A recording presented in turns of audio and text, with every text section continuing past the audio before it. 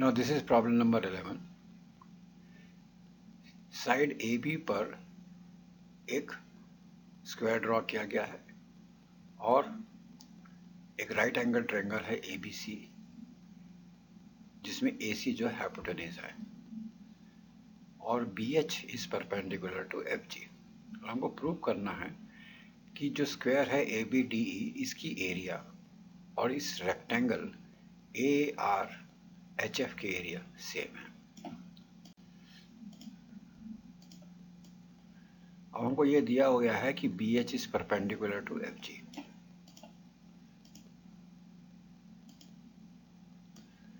Let's take a section of this figure. Now angle EAC is equal to 90 plus angle BAC. Similarly, BAF angle जो है वो ये 90 degree plus again angle BAC, मतलब this angle EAC is equal to angle BAF. This means that these two triangles AEC and ABF are congruent. Now let's take that base EA है और EA base पर ही एक triangle बन रहा है EAC और एक स्क्वायर बन रहा है ABDE between two parallel lines EA and DC. तो क्या होगा, area of triangle AAEC will be is equal to half of the area of the square ABDE.